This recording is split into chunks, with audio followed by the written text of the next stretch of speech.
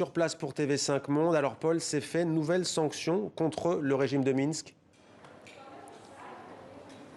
Eh bien, Mohamed, le sommet vient de se terminer et Josep Borrell, le patron de la diplomatie européenne, a annoncé, comme prévu, que de nouvelles sanctions allaient être prises contre les dirigeants biélorusses, mais aussi contre les compagnies aériennes, les agences de voyage qui ont permis d'acheminer des migrants à la frontière. Mais vous savez, l'Union européenne avait déjà pris des sanctions contre le président Loukachenko et ses proches, notamment l'an dernier, pour avoir truqué les élections et avoir réprimé l'opposition qui était dans la rue. Et les 27 savent que ces sanctions sont assez inefficaces. C'est sans doute pour cela qu'Angela Merkel a appelé Vladimir Poutine pour lui demander d'intervenir. Et peut-être que Vladimir Poutine a influencé quelque peu le président Loukachenko qui vient d'annoncer cet après-midi qu'il ne voulait pas de conflit à sa frontière et qu'il allait mettre dans des avions tous ces migrants pour qu'ils puissent rentrer chez eux. Cela dit, sur le terrain, les Polonais affirment qu'ils observent tout autre chose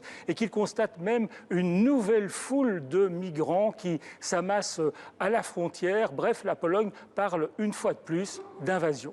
Et Paul, il y a un sujet qui divise l'Europe ce soir. Faut-il, oui ou non, construire des murs anti-migrants ?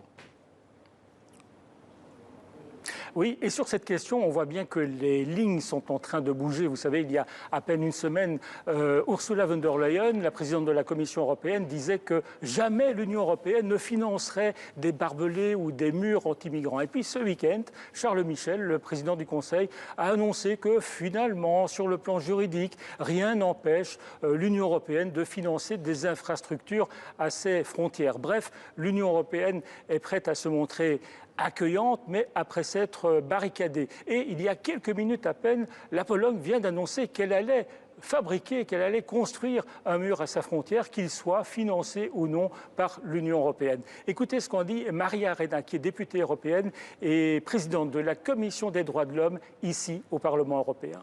Les murs, ça se traverse, les murs, ça se contourne et l'Europe ne peut pas être une Europe forteresse. Ce que nous plaidons ici au Parlement européen depuis 2017, c'est-à-dire après la crise migratoire de 2015, nous plaidons pour une politique migratoire qui est basée à la fois sur la solidarité entre les États membres, mais aussi sur des routes de la migration qui sont des routes sûres de la migration.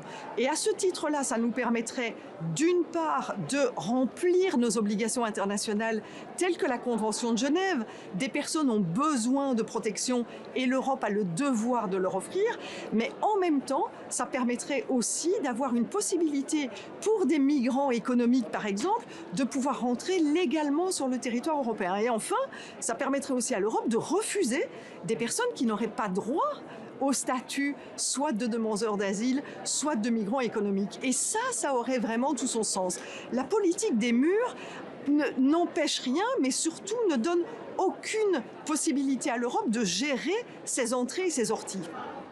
Voilà pour la réaction de Maria Arena. Et Paul nous le disait il y a quelques instants, c'est officiel, la Pologne annonce qu'elle va construire un mur à sa frontière avec son voisin Bélarus, direction Varsovie, où l'on retrouve Hélène Bienvenue. Merci d'être avec nous Hélène. Que sait-on au juste de la construction de ce mur? Quand va-t-elle débuter?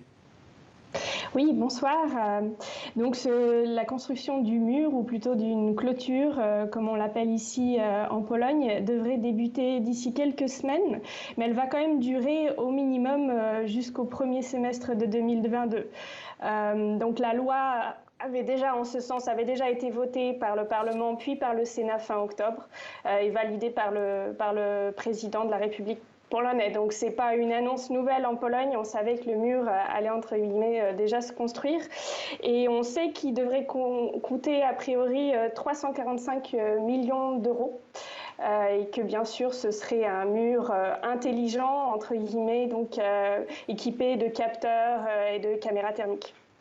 Juste, Hélène, bienvenue. Vous étiez il y a quelques jours, il y a 3 jours seulement, à la frontière entre ces deux pays, la Pologne et le Bélarus. On sait que les journalistes n'ont pas le droit de se rendre pour cause d'état d'urgence au plus près de ces migrants. Mais tout de même, qu'est-ce qui vous a frappé ?